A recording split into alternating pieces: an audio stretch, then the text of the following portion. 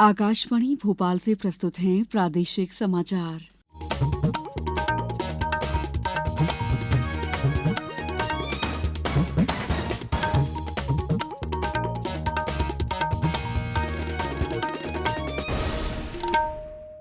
नमस्कार, समाचारों के साथ मैं दीपा सिंह। सबसे पहले मुख्य समाचार। प्रधानमंत्री नरेंद्र मोदी आज वडोदरा में सैन्य विमान के विनिर्माण परिसर का करेंगे उद्घाटन। भोपाल में आज से जलवायु परिवर्तन पर पहले राज्य-स्तरीय सीओपी परामर्श का आयोजन। प्रधानमंत्री नीमच, मंदसौर और सिवनी में मेडिकल कॉलेज का कल करेंगे लोकार्पण। और प्रदेश में इस वर्ष गोवर्धन पूजा के दिन गौशालाओं में होंगे विशेष आयोजन। अब समाचार विस्तार से। स्पेन के प्रधानमंत्री पेड्रो सांचेज भारत की 3 दिन की आधिकारिक यात्रा पर वडोदरा पहुंच गए हैं। ये लगभग 2 दशकों में किसी स्पेनिश राष्ट्रपति की पहली भारत यात्रा है। प्रधानमंत्री नरेंद्र मोदी और स्पेन के प्रधानमंत्री के बीच शिष्टमंडल स्तर की वार्ता होगी। दोनों नेता आज वडोदरा में C-295 सैन्य विमान के विनिर्माण के लिए टाटा विमान परिसर का संयुक्त रूप से उद्घाटन भी करेंगे। विमान परिसर वैमानिकी क्षेत्र में मेक इन इंडिया पहल की मुख्य परियोजना है। ये भारत में सैन्य विमान के लिए निजी क्षेत्र की पहली फाइनल असेंबली लाइन भी है। साथ ही प्रधानमंत्री आज अमरेली के दुधाला में भारत माता सरोवर का उद्घाटन करेंगे। प्रधानमंत्री अमरेली जिले के लाठी में 4,800 करोड़ रुपए से अधिक की लागत की कई विकास परियोजनाओं की आधारशिला रखेंगे और उद्घाटन भी करेंगे। जलवायु परिवर्तन को लेकर आज भोपाल में पहला राज्य-स्तरीय pre conference of parties COP परामर्श आयोजित किया जाएगा। जलवायु परिवर्तन के लिए वैश्विक प्रयास, भारत की प्रतिबद्धता में राज्य का योगदान विषय पर आयोजित इस सम्मेलन में मुख्यमंत्री डॉक्टर मोहन यादव प्रमुख रूप से सहभागिता करेंगे। कार्यक्रम जलवायु परिवर्तन के क्षेत्र में कार्यरत प्रमुख लीडर्स को एक मंच पर लाने का प्रयास है। मुख्यमंत्री ने एक सोशल मीडिया संदेश में कहा है कि प्रधानमंत्री ने जलवायु परिवर्तन की चुनौतियों से निपटने के लिए विश्व को one earth, one family, one future का मंत्र दिया है, जिसे आत्मसात कर मध्यप्रदेश भावी पीढ़ियों को सुरक्षित पृथ्वी देने के प्रयासों में अपनी सशक्त भूमिका निभा रहा है। इसी क्रम में भोपाल में देश का पहला राज्य स्तरीय कार्यक्रम आयोजित होगा। कार्यक्रम में 200 से अधिक राष्ट्रीय और अंतर्राष्ट्रीय क्लाइमेट लीडर्स, शासकीय अधिकारी, पर्यावरण विशेषज्ञ और प्रतिनिधि शामिल होंगे। राष्ट्रीय ग्रामीण आजीविका मिशन के कार्यक्रमों से अनूपपुर जिले में महिलाओं की आर्थिक स्थिति में सकारात्मक बदलाव आ रहा है। अधिक जानकारी दे रहे हैं हमारे अनूपपुर संवाददाता।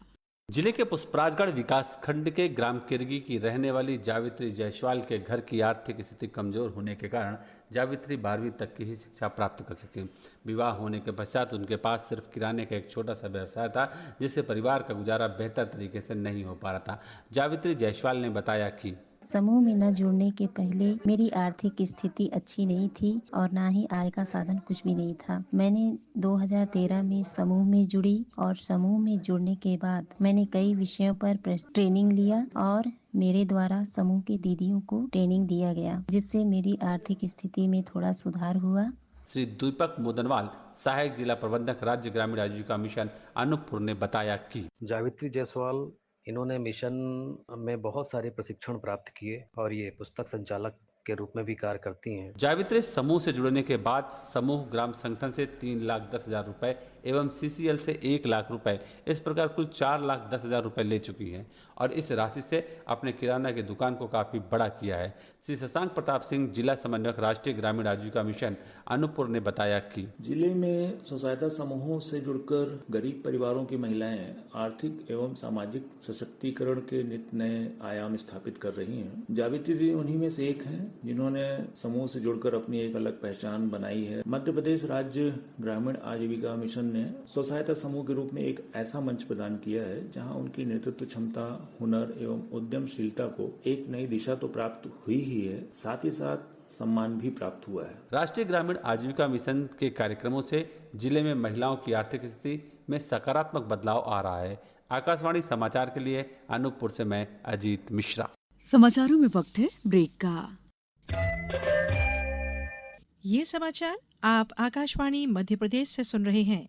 ये समाचार बुलेटिन YouTube पर, Madhya Pradesh news All India Radio channel पर और फेसबुक, साथ ही X प्लेटफॉर्म पर AIR न्यूज भोपाल पर सुने जा सकते हैं।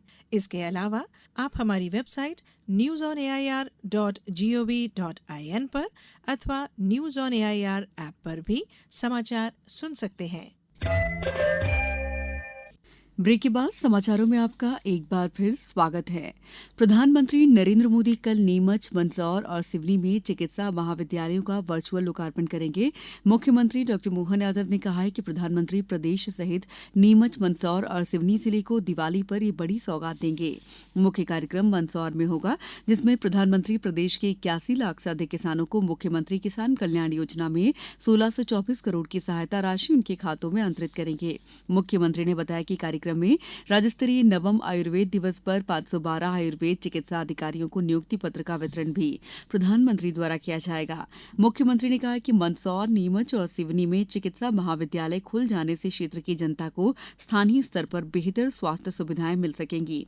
साथ ही प्रदेश के युवाओं को मेडिकल क्षेत्र में रोजगार के अवसर भी मिलेंगे। इस बीच मंदसौर में कल महिला एवं बाल विकास विभाग मंत्री निर्मला भूरिया ने कार्यक्रम के संबंध में तैयारियों का जायजा लिया। संबंधित जिलाधिकारियों के साथ सुंदरलाल पटवा शासकीय मेडिकल कॉलेज मंदसौर में चल रही तैयारी का अवलोकन किया और अधिकारियों को निर्देश दिए। मुख्यमंत्री डॉ मोहन यादव ने कहा है कि जनजातीय समाज के क्रांतिकारियों का देश के अस्तित्व की रक्षा में अहम योगदान रहा है। क्रांतिकारी टंटिया मामा की स्मृति में इंदौर संभाग में विश्वविद्यालय की स्थापना की गई है। जनजातीय समाज का गौरवशाली इतिहास रहा है। इसके विकास के लिए कोई भी कोर कसर नहीं छोड़ी जाएगी। मुख्यमंत्री इंदौर में कल भिलाला समाज समागम को संबोधित कर रहे थे। डॉ यादव ने इंदौर में जनजातीय समाज की गतिविधियों के लिए जमीन उपलब्ध कराने और धर्मशाला के लिए 5 करोड़ रुपए दिए जाने की घोषणा की। उन्होंने सरकार द्वारा जनजातीय विकास की योजनाओं के बारे में भी जानकारी दी। बदलते दौर में मध्य प्रदेश भी कम नहीं पड़ रहा है। आने वाले समय में लगातार एक के बाद एक बहुत सारी योजना हम बना रहे हैं। हमारे वन ग्रामों में भी 827 वन ग्राम हैं। हमने निर्णय किया है कि सभी को राजस्व गांव में बदलेंगे, सबकी कठिनाइयां हल करेंगे। विकास के मामले में पैसा एक्ट लगा करके सभी गांवों के अंदर विकास का नया दरवाजा खोला है। मुझे इस बात की प्रसन्नता है, अभी मैंने सम्मान किया गजेंद्र जी की पत्नी का। ये पति पत्नी सिकल सेल एनीमिया के बड़े अभियान में लगे हैं। ऐसी लाइलाज बीमारी के लिए भी हमने 90 जनजाति ब्लॉक में सर्वोच्च प्राथमिकता दी है, जिसपे हम लगातार आगे बढ़ रहे हैं।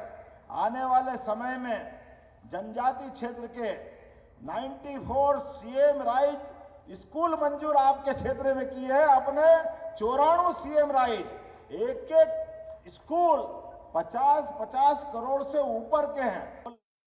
राज्य सरकार इस साल प्रदेश में गौ संरक्षण एवं गौ संवर्धन वर्ष मना रही है, जिसके अंतर्गत समय समय पर पूरे प्रदेश में जागरूकता कार्यक्रम आयोजित किए जा रहे हैं। मुख्यमंत्री डॉ मोहन यादव के निर्देश पर पूरे प्रदेश में दशहरे पर शस्त्र पूजन के बाद अब गोवर्धन पूजा के दिन 2 नवंबर को प्रदेश के हर जिले में विभिन्न गौशालाओं में गौ संरक्षण और संवर्धन संबंधी कार्यक्रम आयोजित किए जाएंगे। इन कार्यक्रमों में मंत्रीगण, जनप्रतिनिधि और गणमान्य नागरिक उपस्थित रहेंगे। अब कुछ समाचार संक्षेप में। सार्वजनिक जीवन में ईमानदारी को बढ़ावा देने और भ्रष्टाचार मुक्त समाज हासिल करने के लिए आज से देश भर में सतर्कता जागरूकता सप्ताह 2024 मनाया जाएगा। अहमदाबाद में कल खेले गए दूसरे एक दिवसीय क्रिकेट मैच में न्यूजीलैंड ने भारत को 76 रनों से हरा दिया है। दोनों टीमों के बीच 3 मैचों की श्रृंखला अब 1-1 से बराबर हो गई है। जनजातीय कार्य विभाग मंत्री डॉ कुंवर विजय शाह आज खंडवा जिले में हथनौरा, नवलपुरा, देवल्दी गांवों के विभिन्न विकास कार्यों का भूमि पूजन करेंगे। इस बुलेटिन में इतना ही। नमस्कार।